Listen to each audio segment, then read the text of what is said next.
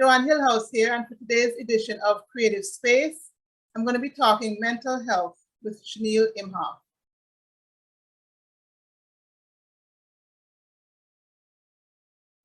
I won't even do a big preamble. I'll just jump into it because Chanel is someone who has dedicated a whole lot of energy to drawing attention to this issue and changing policy, changing legislation, and changing attitudes around this issue. So I'm looking forward to hearing her speak on the issue. Welcome, Chanel.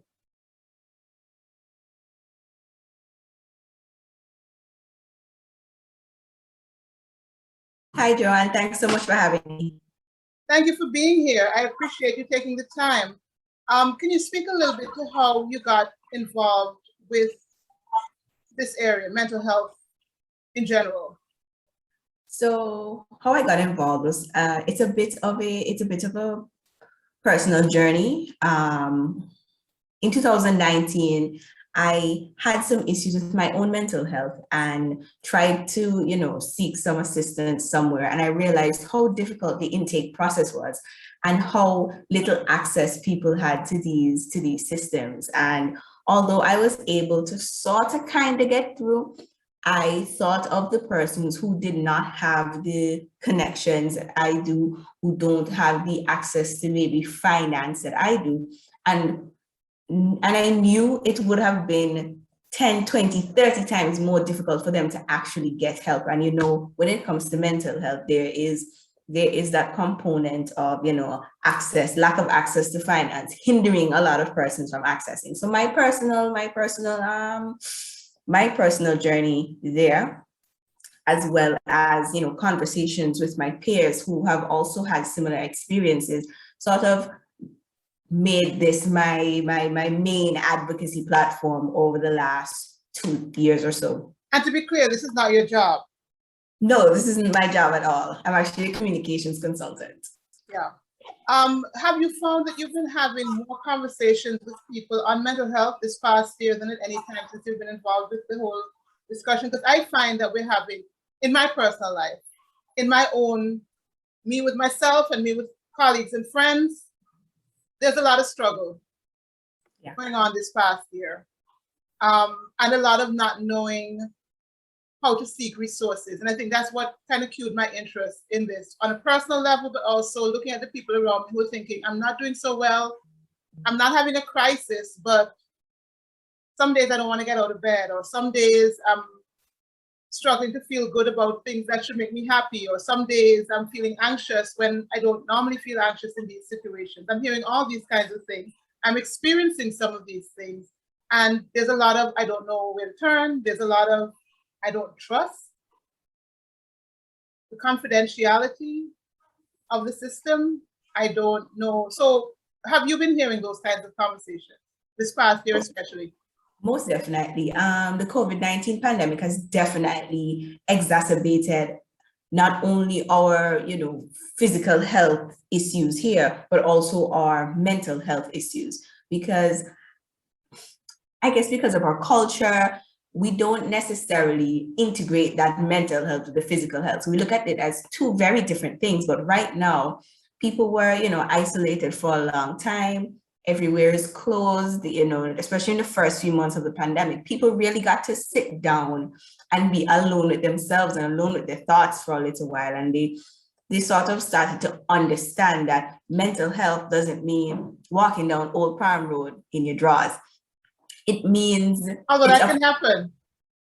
Right, it can happen, but it's not just that. There's so many layers. It's such a multi-tiered thing that, it could be something as simple as I wake up this morning and I'm worried. I don't know where my next meal will come from. So that is causing me a high level of stress and anxiety. And a lot of people who did not understand previously have even reached out to say, boy, now I kind of get where you're coming from. And I understand why we need to have these things in place to mitigate any further issues that could occur because of poor mental health.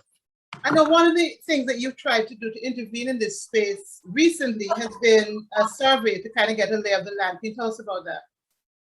Right. So one of the things that I've been working on is sort of a baseline survey on the mental health services in Antigua and Barbuda. It's a very short survey, and the point of it is to get an understanding about what people know about mental health, what people's mental health needs are, so that my team and I can start to create programs and suggest more policies to help people on their journey to mental wellness. Because you can't help people if you don't know what their problems really are. So the I point of have to say, I took the survey, and as you're mentioning, because it's a self sort of evaluation thing, you're asking yourself, how are you doing? And you're asking yourself, what resources are available to you? The what resources are available to you, part of it was easier to answer than the how are you doing part of it for me.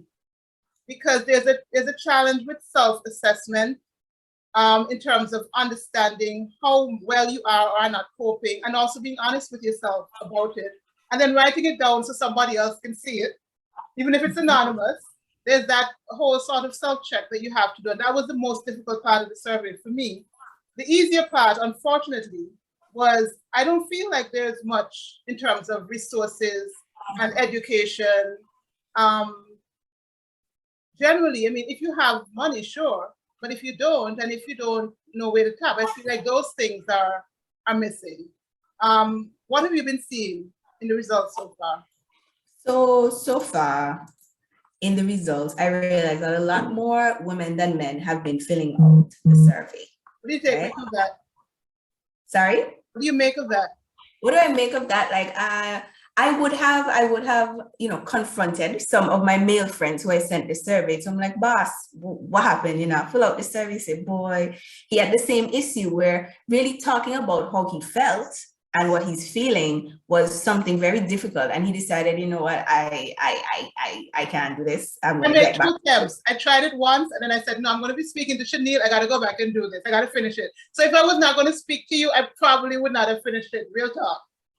Yeah, that was the general thing of a lot of the men that I sent the link to. But it's important that everybody have an idea of how they feel. How do you talk to people for them to get past that hump of, I can't deal with this vulnerability, I don't know? It really is not. It doesn't take a lot of time. A survey is good. It's a few minutes, but it's getting past the hump of actually doing it. What do you say to people? I tell them, see, this is the exact reason why we need this survey, because if there was less stigma, if there was more access, you wouldn't be feeling this way. So think about it as a way of you helping yourself and helping others in the future, because the results from the survey are going to go towards, policy, hopefully legislation, programs, activities that could even help you, and it's all anonymous. So, I know it's difficult, even if you need to take your time, leave the tab open for a while, do something and come back. It's important that we get this information so that we can help ourselves, because we have to be the ones that are going to be helping ourselves, because clearly nobody's really doing it. So more women than men. What else are you finding so far? So the age range that has been the most responsive has been the 25 to 34. See, they're healthier. They're just healthier. I swear. Look, they have grown up or they have come of age, putting their whole business on the internet, stuff that I would think 3 times about putting out there. So they're actually in a healthier place. If they're upset, they put it out there. If they're sad, they put it out there. If they're struggling, they put it out there. Me, I come off social media when I'm feeling these feelings and come back when I'm in a better place. Right. So in terms of income, most persons make less than $35,000 a year who would have filled out the survey. And the general knowledge on mental health at all would have been out of 10, and on average, most persons would have answered 5. That sounds fair. That's fair. Especially in the last year, there's been a lot of education from groups such as Mental Health Talk, Antigua. So persons are being more educated now, and that was very good to see. I was very happy that it was that number and it wasn't a 1 or a 2 or a 3. So it goes to show that people have been receiving that information that has been put out there. I tell you one shift I've seen in terms of attitude, speaking on that point, is we have unfortunately had some suicides this past year. I would say more than average, but I don't know the numbers, but it feels more.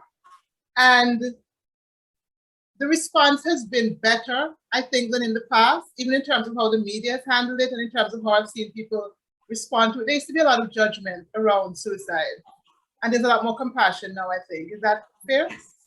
Yes, that's very fair to say. And I do agree with you that I think we've had more than average in terms of suicide and mental health issues for the past year and a half or so. And so would you say that the culture generally, that means, are you optimistic that the culture is shifting? I'm very optimistic that the culture is shifting. Like persons are no longer accepting like persons who would comment things like, you know, people who commit suicides are selfish. I mean, people would literally flame them in the comments and educate them and say, no, you can't say that, and give them the information. And it was very good to see that people were coming to the defense of these people and giving real facts and information to those who have that sort of mentality around mental health and suicide, depression, etc. Is depression the main thing? What are some of the main issues that you've been seeing in the time you've been involved with mental health advocacy in Antigua and Barbuda? What are some of the, if you have statistics, that'd be good. If not, generally, what's your general sense of these are the issues? This may be purely anecdotal, but from the persons who have so for the persons who have spoken to, as well as some of the data that I've collected from the survey, both anxiety and depression are neck and neck. So every time I check the survey, one is on top, one is on the bottom, and the next day one will be on top, one will be at the bottom. Coming in third is actually PTSD. Bipolar disorder is fourth, and then body dysmorphia is actually in the top 5 when it comes to the survey, with 5% of the respondents saying that they experience body dysmorphia at some point in their lives. Okay, I want to dig in on a couple of those. On body dysmorphia, I'm guessing, well, when you mention body dysmorphia, I'm thinking of things like size, how you don't see yourself as beautiful the way others see you, and that sort of thing, which I know is something that women especially grapple with. When you mentioned PTSD, don't laugh at me, but what came to mind was I was walking through my old neighborhood the other day, and I saw an old teacher of mine. And right away, can't even share this story. Right away, my body went into, I don't know, 8-year-old Joanne mode when this teacher beat me and it was unfair or whatever. And I'm looking down at my shoes and I'm looking at all these things that I don't think about. All because just she's down the road, she hasn't even seen me yet, but just sight. Now, I'm not, because the other thing we have to talk about is we can throw these terms around and we don't have an official diagnosis. So I'm not claiming PTSD. When you said PTSD, I thought about some of the trauma from our childhood that was normalized in our childhood because corporal punishment was a common thing, and certain things that we grew up seeing that were normalized, we go into adulthood. That's not exactly normal. That's not exactly healthy, but it was normal because everybody was doing it. So those are some of the things that came to mind. But if you could break down some of those, am I on target with anything that I've said, or am I completely off the mark? And if not, can you break it down? Because that exact experience you have described, I have had that exact experience to have seen this teacher that used to, what class was I in? I think it was grade 1. I was in grade 1. I've never ever forgot. Every time I see her, my body tenses up, and I remember, I think I dropped my crayons or something. I was trying to pick them up. Maybe sis was in a bad mood, but that was the first time I ever got, licks from a teacher. I never forgot. Since then, let me tell you, I don't know how old you are, but one of the things I think is kids today don't understand that we used to get licks for all kinds of things. You drop something by accident. You breathe wrong. It's like there's no. So there was no rhyme or reason to it. It seems, and so the fact that we hold any kind of trauma in our bodies for the randomness of it is also to be expected, I think. But, right. But speaking about the body dysmorphia, I mentioned women in particular because I know that from the time I was a girl, especially when you cross that bridge from girlhood into womanhood, start puberty, your body starts to change and people start to feel free to comment on your body, how much weight you're putting on, how much weight. I mean, I still get it. What did I get the other day? Doesn't matter what size I am, I could be the same size. I get it's fat like a mudfish. Don't lose no more weight. Or you get too fat. Or you get too. So you get just walking through town, just walking on Market Street. So you have to have a strong center in order to just walk through any community in Antigua where there are people who don't have any bridle on their tongue who will tell you about yourself. Right, because I remember giving birth and maybe a month after somebody commenting on my weight, and I'm just like, what do you want me to do? What do you want me to do? I just gave birth. Could you relax? But what people don't realize is that yes, you can say these things in jest, but especially when you're young and you're going through puberty, your body is changing. You have to be very careful what you say to young people because they absorb that. They might laugh it off. I would imagine you have to be careful what you say to people of any age. Well, yes. But young people, because they're forming their identities. I get what you're saying. Forming their identities. So you don't want them to grow up with that outlook of themselves. One thing that people used to always comment on for me was my complexion. Mm-hmm. So I used to tell people I was dark before being dark was a trend. Yeah, you come into the moment, you were ahead of the curve. Quarter past midnight, all of those things. I had to go through all of those things, whereas right now everybody's, a melanin queen and this and that. But I still have some of the burden of, persons commenting constantly on something I had no control over as a child, especially, and me not understanding that. That's a particular burden, I think, for Black people, even in the Black community that we haven't really fully excavated. This idea of colorism within our community and how it harms us, of who is beautiful, who is quote unquote butter skin, who quote unquote have good hair, bad hair, who quote unquote have the right features, because it's all about proximity to whiteness, proximity to Eurocentricity, and it's all a legacy of our enslavement and colonialism. And we're still seeing, the bleaching cream industry is still a big industry. We have a lot more natural hair now, but the straightening industry is still doing well, I'm sure. Just all the ways in which we can make ourselves less Black has been part of our baggage to carry. Even within a space where we are majority Black. You're right. So that speaks to the intersectionality of mental health, because women have different experiences. Black women have different experiences. Men have different experiences. Children have different experiences. And we have to ensure that the services and activities and programs that are offered really tap into the different experiences of all these demographics. Of course, the LGBTQIA plus community has different experiences when it comes to mental health emergencies, and mental illness on a whole. And these are things that we need to have that data. And it's only 100,000 people in Antigua. We need to have that data to back up whatever sort of programs we are putting in place, because it's important to note these different experiences. Coming out of these experiences, I want to talk a little bit about coping mechanisms and emotional intelligence. Coping mechanisms in the sense, when I think of my own journey, I don't know what it was for you, but for me, I always say writing saved my life. And I don't mean that even figuratively. I mean, the times when I've been at my lowest, if I was able to take up a pen and write, I could kind of find my way out of the darkness. And my darkest days this past year have been the times when I couldn't find my way to the pen, when I didn't have that outlet. So for some people, it's art. Art is therapy for me, as much as it's my business, as much as it's my passion. It's also the way I process life. And that is why I say writing saved my life, because from the time I was a child into my teens, as long as I could express it, I could get up and breathe another day.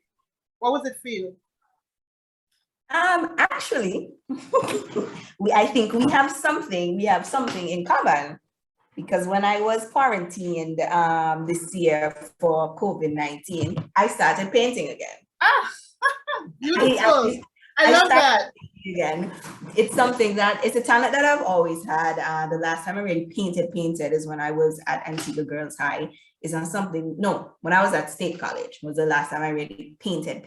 And I couldn't go anywhere. I, of course, could not really have visitors. You know, people come and talk to me through my window, but, you know, at night it's just me there alone with my thoughts. And I said, you know, something, you can't be advocating for other people's mental health and want to neglect your own. What makes you happy? I picked up my canvas, I picked up a paintbrush and paint, and every night while in quarantine, I created something, I made something, and it brought me back to feeling like myself. I didn't just lay down in the bed and wallow. It was difficult, and I had to push myself to do it because a few mornings I really didn't want to get up. But it's important that we take, you know, responsibility for ourselves as well.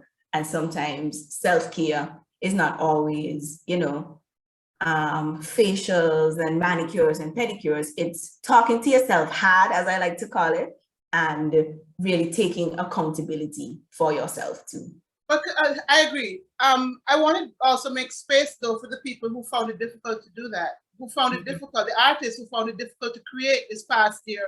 Because part of what can increase your depression sometimes is seeing everyone else creating or living or doing, and you can't find your way to put one foot in front of the other. And that can be mentally draining as well. Just the sort of, if everybody else can, then why can't I ness of it all? And I had to be kind to myself with that, because as I said, I struggled to pick up the pen this past year, but I'm writing again. So I'm happy about that. I've actually written a little bit every day this month. And I've written a few things during the year, but I've not been able to tap the well as much as I normally would. And I know there are people who haven't been able to create at all, who find it difficult to access whatever that muse or that creative spark is within themselves. We need to make space for that as well. It's okay to be where you are and to find your way out however you can. Live, that's the thing. Just live. And being kind to yourself is also important, but you have to know when you need to be kind to yourself, when you need to hold yourself accountable. And that's why it's important to have that education out there, to have that information out there that people can actually have access to. If you realize, okay, I thought I was just maybe having a writer's block or an artist block, but it's so much more than that. You should be able to know off the cuff, okay, this is who I can go to help me with this. Because if I fall down right now and I break my leg, I know exactly where to go. So why should it be any different if I'm having a mental health issue? I should instinctively know where to go, and I should have access to that no matter what my income bracket is. Okay, so where to go in this Antigua and Barbuda? Well, there are quite a few, you know, therapists. There are quite a few therapists around, and Mental Health Talk Antigua has actually put together a list of mental health practitioners, advocates, etc., which is great. But a lot of these services are not free. There are services such as the I don't remember the name right now, but it's the Department of Social Transformation, where I think I would have engaged them. For a friend of mine, I would have called, tried to make an appointment. They say, okay, yeah, we can do that. We can give you an appointment in 2 weeks. What am I supposed to do? Well, I was just thinking when you were talking about, because I would like you to share, I'd like to be able to share that list of mental health resources. These people studied long and hard, and they should be paid for their services, and those who can pay them should. However, there are lots of people who can't pay. Right. And I'm thinking of how difficult it has been this past year for people who can't pay to access physical health services. I'm talking getting lab checks, I'm talking lab testing. The hospital has not been providing even getting some of the pharmaceuticals that you need, you have not been able to get, much less mental health care in a timely manner. I mean, I know people who struggle, older people who have struggled to get their medication, and the private pharmacies are charging an arm and a leg, right? That has been, when somebody tells me they paid 70 something for this prescription, and then they paid the next time they went was 100 and something for the same prescription. Part of me wonders where's prices and consumer affairs in all of this. When you call the hospital and you ask them about lab tests, and they say, we're not doing that right now, but your doctor say you need the test, right? And that's physical services, much less mental health services. Mental services. Where are we? Where do you go realistically? it's very difficult. And in terms of, like I mentioned earlier, when you asked me about my, what got me into the mental health advocacy, just simply the intake process alone, if you're having a mental health emergency, it does not help the situation either. What does it because involve? it involves first going up to Mount St. John. Because you have to be medically cleared before they can refer you to like Clearview Psychiatric to see someone, right? You have to be medically cleared. So you have to do a bunch of tests, including blood work and a couple scans, etc. And that in itself is a very stressful situation. I remember sitting in the asthma bay at the hospital. I got there after 11 in the morning. It was minutes to 12. I hadn't had lunch yet, so I know the time. And I did not get admitted until about 2 a.m. the next day. I just sat back there, stared at the wall, alone with my thoughts. It's something that I always tell people. It's an experience that I think that I needed in order to really solidify that this was a platform that I wanted to address, because it's something that I had been passionate for a while. I had started working on other things and doing other things, and it sort of took a bit of a back burner, but this was just like a big jolt, because at the time I literally could not have afforded to go to a professional. That's how it was. To put it in context, you were having a crisis. Yes. And you sought help.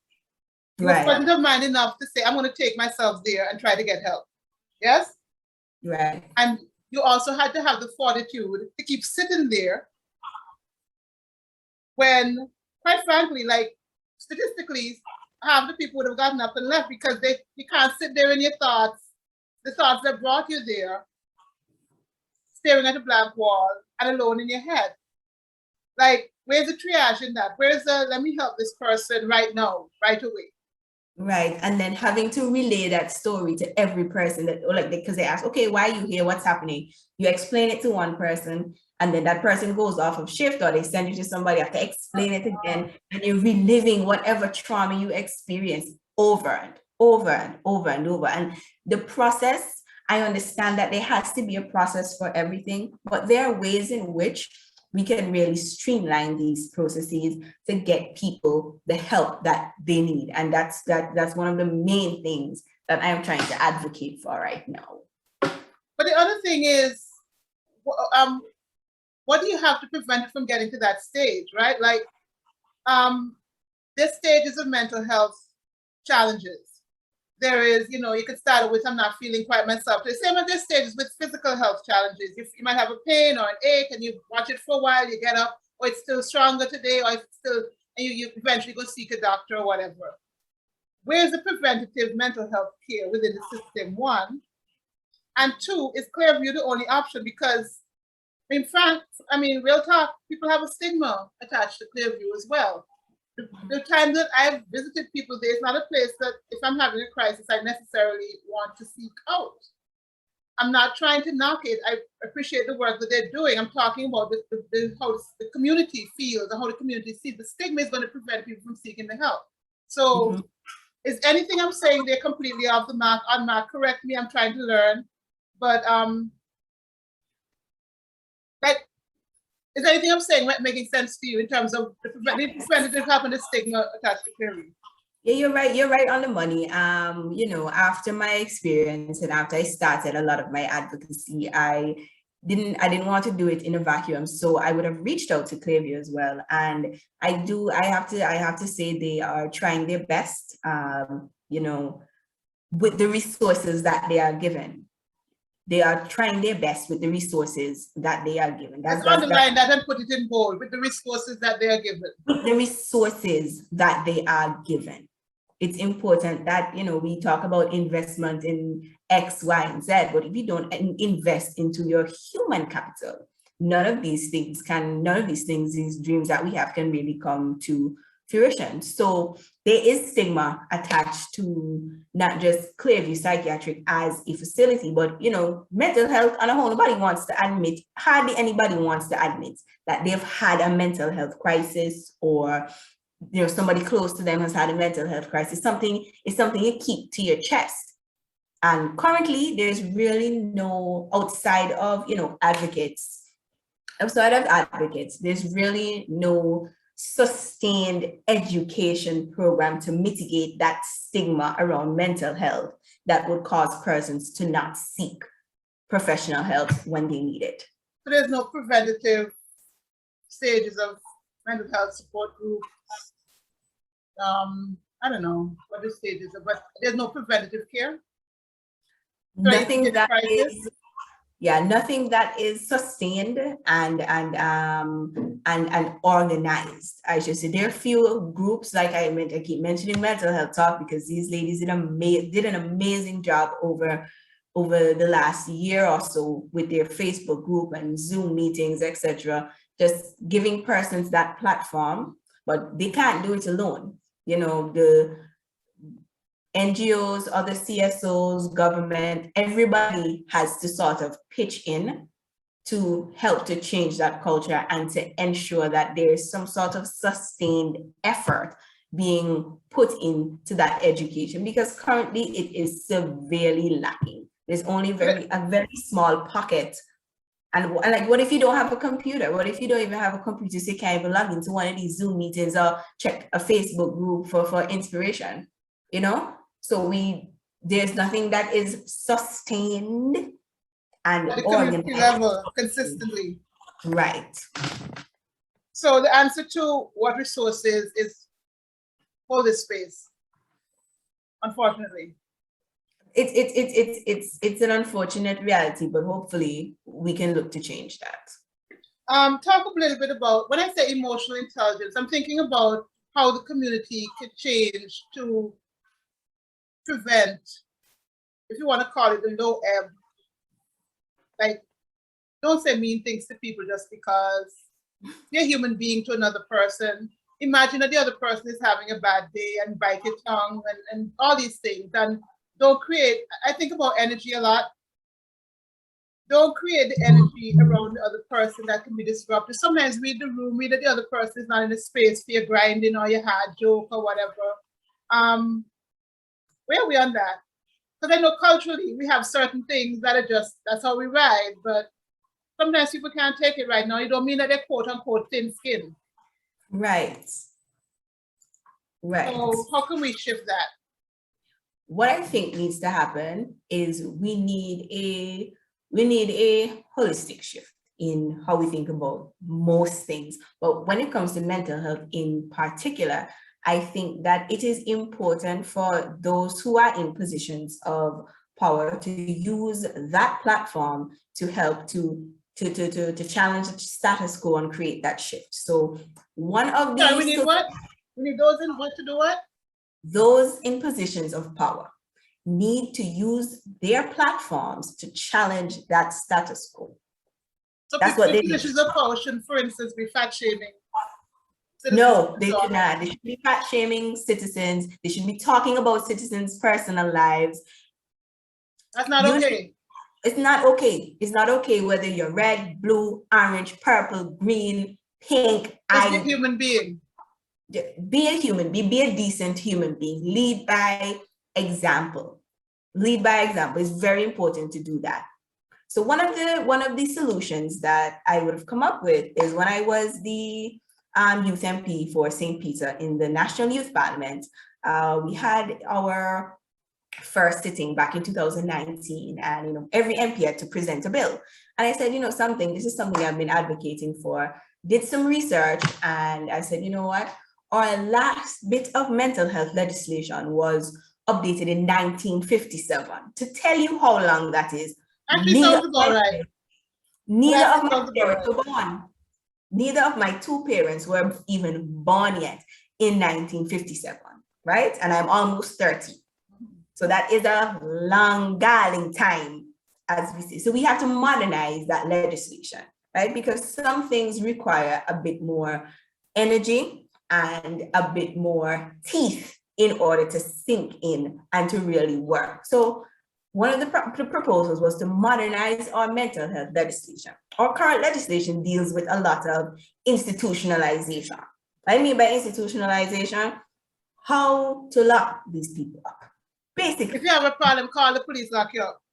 Yeah, pretty much. The verbiage is very, very off, how you refer to persons with mental health issues. But for us to really move forward, something like updating the legislation to one, ensure that people like nurses, doctors, firefighters, police officers, teachers, school nurses, those people are mental health first aid trained. They should be able to spot a mental health issue, a mental health activity, and be able to de-escalate a situation. But if they cannot de-escalate, there must be something in place for them to say, I have a student, a person, whoever is here, they're having a mental health issue, and the police don't come and, manhandle you. When you say this was legislation you suggested as part of the youth parliament? Yes, it is. When was this? This was in 2019. No, the reason why I ask you that, because I was going to ask this, I'm kind of glad you brought it up, but last year, during the whole Black Lives Matter movement, there was a whole thrust toward defunding the police. And how I understood it was not that we don't need police for policing things, but that police are not needed for everything. And that a lot of the resources that go to the police, some of them can go towards mental health and education and other things, social services, community uplift, so that these things that would require police don't require police, because the community is stronger, it's healthier. And that when things do happen, you call the appropriate person for the problem. You don't bring a knife to a gunfight, you don't call the police for a mental health crisis. Yes, because we've so seen many. You actually ahead of the curve then in terms of defund the police. Correct. Because it wasn't even so much about just police, but like I've been in educational scenarios when you clearly see this person is having a mental health issue, or that there's some sort of trauma there. But people are so tuned out that this person is rude, they're disruptive, they're this, they're that, as opposed to finding the root of the problem. So that legislation will train people in order to spot mental health issues, administer mental health first aid. From the classroom to the community? From the classroom to the community, because the classroom is sometimes where it starts. All right, the classroom is sometimes where it starts, because a classroom can be a safe space for so many people. I had friends who would get to school at 7 o'clock in the morning. I'm like, 7 o'clock, me wake up. What are you talking about? Get to school at 7 o'clock in the morning because their home situation was in such turmoil. Okay, so a few weeks ago, I actually participated in a legislative workshop with the Gender Caucus in Parliament. The Gender Caucus is all of the women who are in the upper and lower house, current and former, who have come together to advance issues that affect women and marginalized populations. So in conjunction with Women Against Rape, the Gender Caucus, with representation from all three major political parties, the Directorate of Gender Affairs, Intersect, and I think the Attorney General's office as well. We came together and we actually revised looked at some legislation like the Sexual Offences Act, the Marriage Act, and quite a few other things, the Offences Against the Persons Act as well. And we sort of did some gender mainstreaming. And one of the things that came up was, mental health when it came to, postpartum or perinatal depression. And I made a point to say, it's not just postpartum and perinatal depression that we need to look at. We need to look at mental health on a whole. Now, let me circle back to the Sexual Offences Act. In the Sexual Offences Act, persons with mental health issues are referred to as subnormal. Yeah, all of us just recoiled in horror, clutched our pearls, gasped audibly, because they're like, this is a type of verbiage that is in our legislation that is on the books. So these are things that we spoke about, that we poured over, and that we made recommendations for. It's to the point now that the bill that started as a youth parliament project is actually now in front of the Gender Caucus. I was asked to share it with the legislators, and I am very happy to say that they've received it, and I'm just waiting now for the next step where we can further discuss, what we can really do.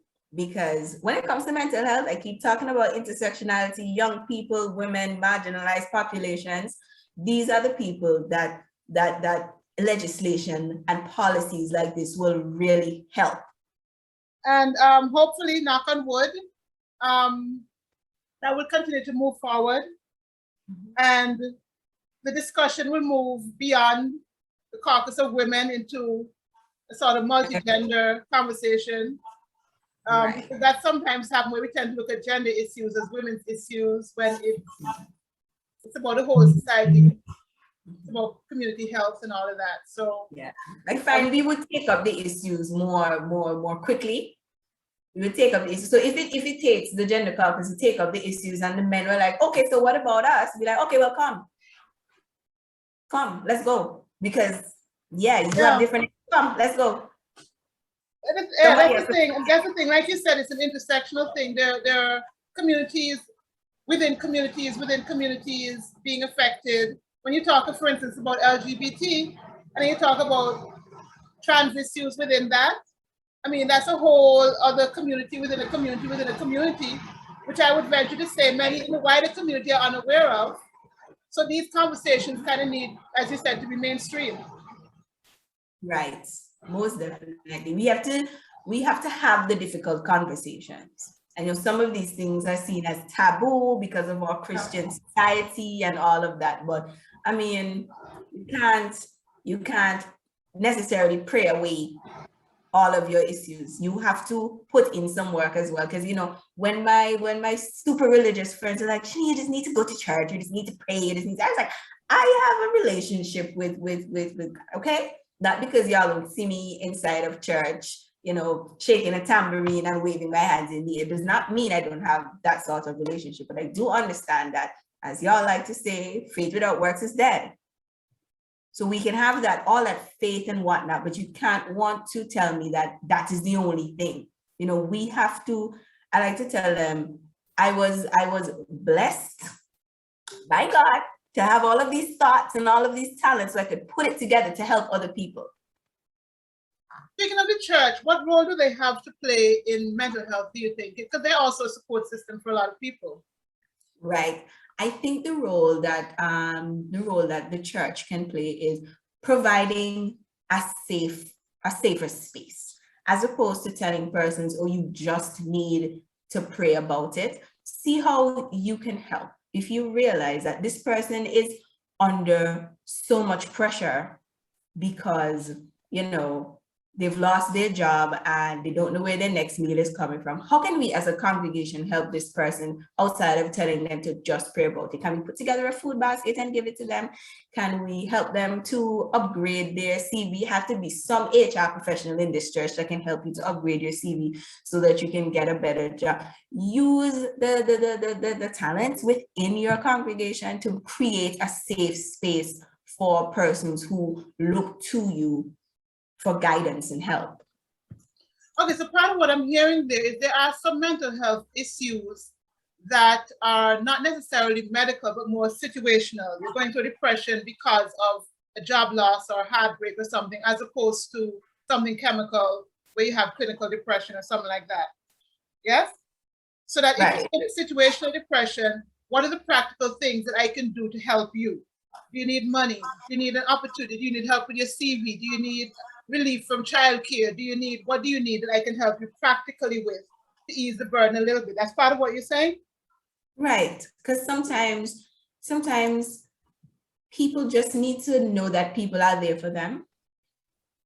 And they have that safe space, that's there are people there that they can trust and people who they can actually rely on. Even if it's just to talk. If you go and, because I have friends where they're not big talkers. If I just go sit at the edge of their bed while they're on their phone, I'm on my phone, we're enjoying each other's company.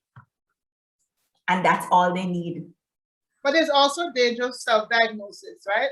So they are professionals for a reason. So every anxiety is not anxiety attack. Every depression is not clinical depression.